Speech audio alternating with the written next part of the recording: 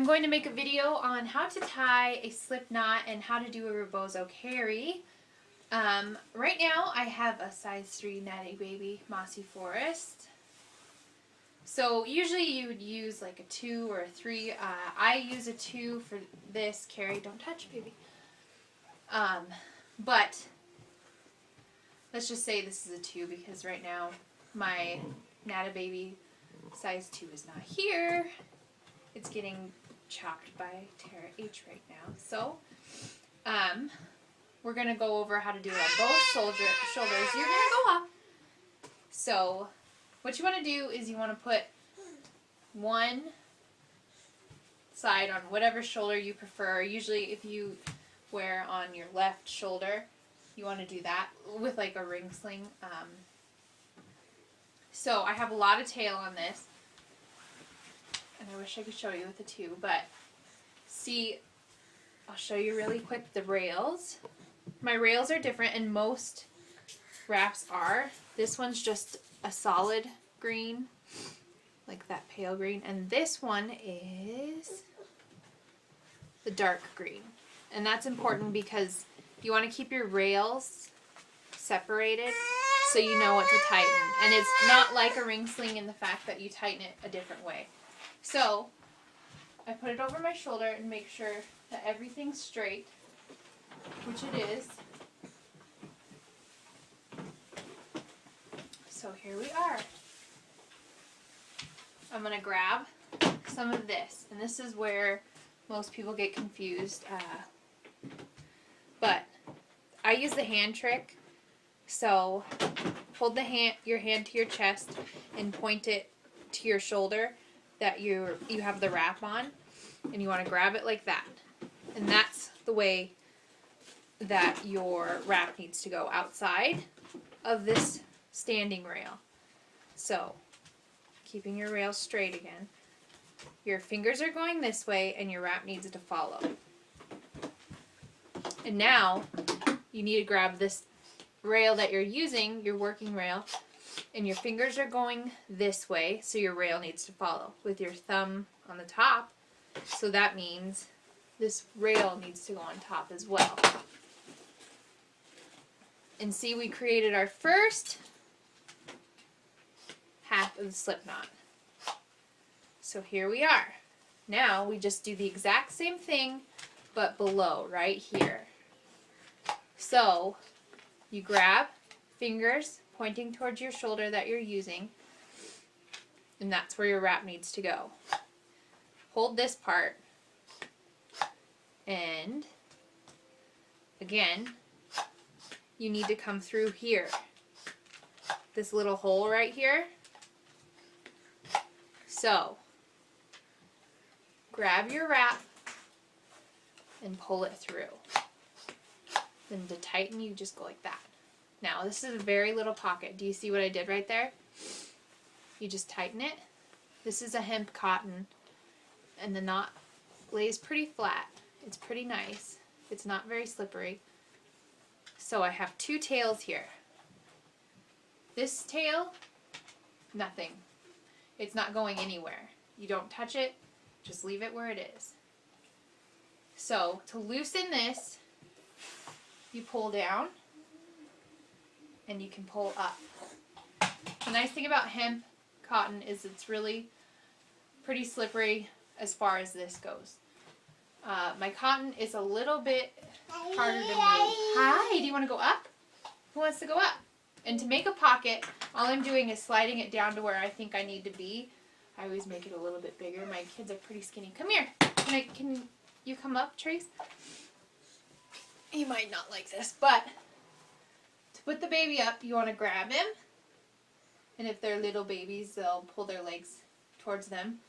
And reach, take this hand, reach through the pocket. And I need to make this bigger. Pretend I did that. And when you do this, make sure your slip knot's up high, because when you start going, it's going to slide down. So make sure it's up high.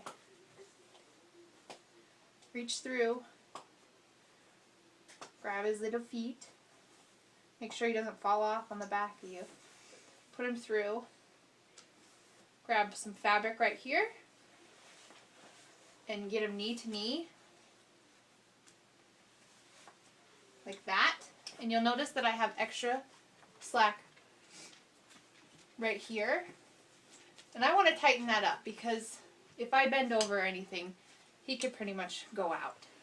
And how I do that, it's not like a ring sling, but I'm going to take this, oh, you're so cuddly, and feed it like you would if you didn't get a wrap tight enough. And feed it to your shoulder. And see how I have all of this? This is where the rails come in handy because I have all this slack I can tighten up. And I need to grab the right rail. Well, if you remembered, the light green one is your top rail. So, give a little jump, jump, and tight. All I have to do is pull this standing rail. And this is the one that comes from your shoulder. So, with a ring sling, you would be tightening with this one. And I can't work ring slings, so I can't help you there. But this is good. My bottom's really good, so I don't need to tighten that. Do you see how that works? I could tighten it a little bit, and that's not hard. The hard thing to do, though, is because you have this weight on you right here, and it's pulling on the wrap, so sometimes, depending on the fabric, the blend, you can't, like, tighten it, so you need to support him or her a little bit and feed it through, and you can tighten like that. You can even tighten the middle and make it really nice and snug. Don't eat that, please. So, he's not going anywhere. It's perfect right now. If I needed to nurse in this, and I just usually pull my boob up, but all you have to do is loosen it a little bit. Make sure your baby's nice and safe. And then, you want some M&Ms? You can nurse, just like that. You just bring it down to where you're comfortable and baby's comfortable. So you can do it that way. Okay, all done. Say bye-bye, Boopy. Good job. Hopefully that makes sense, and if you want anything else to be covered, and if you need to, like, grab a kid really quick or do something, we'll tighten it up a little bit. Let's say I need to work with my front really quick. You can move him to the back. I don't really do it that much, but all you do, your arms are right here. You take his bottom and you move this part like this. People say not to do this, but it's totally fine. I wouldn't do it for a very long time because it creates different slack in areas that you probably don't want slack. So, that's how you could do a rebozo on your back. Let's see. So there you go. And to loosen it and get him out. Oh, are you okay? You're okay. Just pull on it and hold his bottom. Then I'm going to pull him out. So, feet out. Thank you, buddy. You're very good at that. And sometimes it'll be tight to undo. You can do it this way and just pull it all the way out, which will be easier with the two, and it just comes undone like that. Because it needs something to bite on, and that's what the standing rail comes in handy for. So I'm going to do it on my other shoulder really quick to show you it can be done. I usually use this shoulder, but say you wanted to use your other shoulder. Making sure, again, you keep your rails complete and flat. So see how I do that? I can bunch it in my hand or just feel it's straight on there. And don't fight, please. So you're going to take, this is your standing rail, and it's the same concept. Your hand goes this way, the working rail goes this way. Your hand goes this way, so I would do it with this one, but I'm right-handed, so it's harder for me to show you. And you just pull it up, hard to do with a 3. And then you're going to do it again.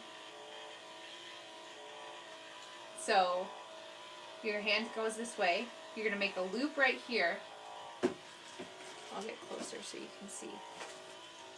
And then through and over.